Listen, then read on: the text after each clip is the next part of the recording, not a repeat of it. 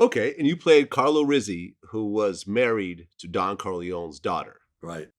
and you were at one point you were abusive to to the daughter, and then Sonny went and beat you up in the street, and then later on, you basically I'm trying to remember how it goes. You set up Michael or something. You were working with one of the enemy factions. Well, yeah, I was working. Barzini approached me at my wedding because he said, "These people ain't going to give you nothing. If ever you want to join me," and it was true because I wanted to do more business. Sonny, the character, was always telling me, "Shut up. We don't talk business at the table and all that." So then I figured, okay. So I was working with Barzini, and Barzini undermined the whole family.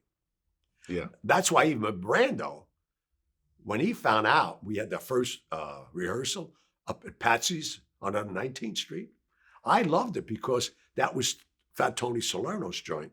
They ran the Genovese family out of Harlem. I was there all the time. So that's where the rehearsal was. So I never had a call sheet before. And they said, be here. And I loved you. I said, I can't believe we're going to go there. So I'm all dressed to the nines. I got a Brioni suit on. I got a 65 Bentley with a Chinese chick chauffeur. And I go up to the neighborhood. I get there early. And I'm at the bar with Fat Tony Salerno, Angelo Cheesecake, everybody. And they say, what are you doing here? I said, I'm here for the rehearsal. And they knew the rehearsal. The Godfather rented the room. I said, I'm playing Carlo. I said, get out of here. You're not an actor. I said, I'm playing Carlo. Then sure enough, we get into the room and everybody starts coming in and we're sitting around the room as characters. And before they bring Brando in, they said, now we're going to bring Brando in, have no eye contact with him, and do not approach him. Okay. So we do a rehearsal for about 10 or 15 minutes. They take a break, and Brando comes over to me because everybody introduced themselves around the table. He knew most of them, Sterling Hayden, Richard Conn, everybody's there. So he comes to me, he says, you're a big TV actor. I said, no. He says, you got a big movie coming out. I said, no. He says, well, you're not on Broadway, because I know everybody on Broadway. He says, who'd you study with? I said, study what? What are you talking about? With that, he calls Coppola over. He's Francis. This guy's playing Carlo. He says, yeah, I know, because he had nothing to do with it. I was a gift. This guy's playing Carlo. And with this, I'm listening to Brando telling him, you should rethink this. Because I never broke down the script. I didn't even know how to break down a script. He says, he marries my daughter. He undermines my family. He gets my son Sonny killed. He gets my son Michael involved in the business, which I never wanted. This guy's got to be believable. So now I said, whoa, a minute. I don't know protocol. I said, Francis Coppola, let's go over there a minute. And he walks away. Now the whole room goes silent. They said, who is this guy? He just dismissed the director. You can't do that. Now the next sacrilege, I put my arm on Brando. They said, don't look at him. I'm touching him. I wanted to walk him in the back room because I don't want to hear what I was going to tell him. So I walk him in the back room and I'm face to face with him. I said, listen, all due respect, Mr. Brando, I don't want any problems with you. But if you think you're going to get me fired and embarrass me with all my friends, I've told everybody I'm in this movie. Now listen to me clear.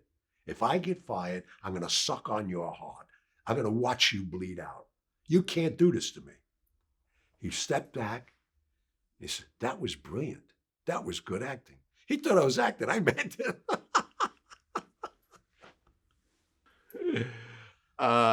Right. And you actually said in your book that Marlo hated doing that movie. You said that he felt it brought out venom. It's crazy. Yeah. Yeah. And ultimately in the movie, Michael Corleone has you killed. Yep. Went through the windshield. Yep.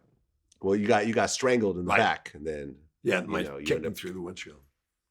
Thank God of that movie. It'll be 50 years in 2022. Imagine 50 years and he just renewed everything.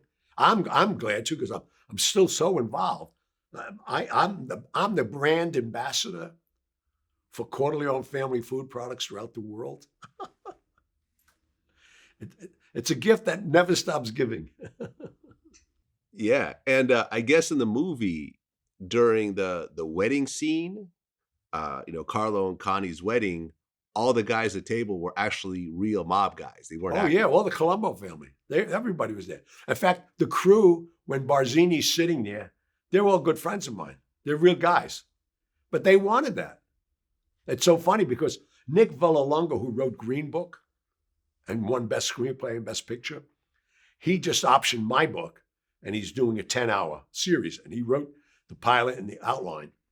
And when I met him, he said, I met you a long time ago. I said, how'd you meet me? And I knew his father was Tony Lip because he worked for Costello at the Copacabana. That's what Green Book was all about. He said, yeah, my father was at the wedding. I said, I know that. He said, I was a little kid running around there in the wedding. I was 12 years old. I can't believe how this world is. Here's this guy now writing my life story as a screenplay, and he was at my wedding in The Godfather. That's crazy. Well, you go and act in this movie, but you're still affiliated with the mob, and you're still doing runs for Frank I Costello always and so will forth. be. It's to me. I have every legitimate license in the world. I own casino licenses. I'm a federal courier, recognized even by the Vatican. I got 3 carry permits, even in New York City. So obviously, I don't have any felons, and I got gaming licenses. But my family is my family. So I can't Yeah. help what my uncle did and like people did. Well, in 1978, the Las Vegas Sun ran a story about a young 34-year-old who was about to build a $54 million hotel and casino, That was me. and it was you. So you Uh, read that. That's great research. I was on a okay. wiretap. So you actually built a casino, or did that not happen? No, what happened was this. I borrowed $32 million on a napkin. I made the deal with Corky Savella, who was working with Frank Fitzsimmons. He had to okay the loans for Vegas. And I bought this 23-acre parcel of land. And I bought that early on with an offshore corporation that I had. So I had great mentors show me how to do things. And I bought that land at $1,600 an acre. It's worth $16 million an acre today. It's still there, vacant, because Nevada is the only state you can buy vacant land as an investment, pay no taxes on it until you improve it. Wow. And my kids are saying to me today, Dad, why did you sell that?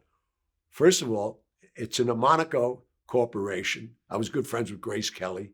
And when she married Rennie, we were at the wedding, and with Sinatra, all of us went. And I have a municipal over there. So why would I want to sell any of this stuff? It's untouchable.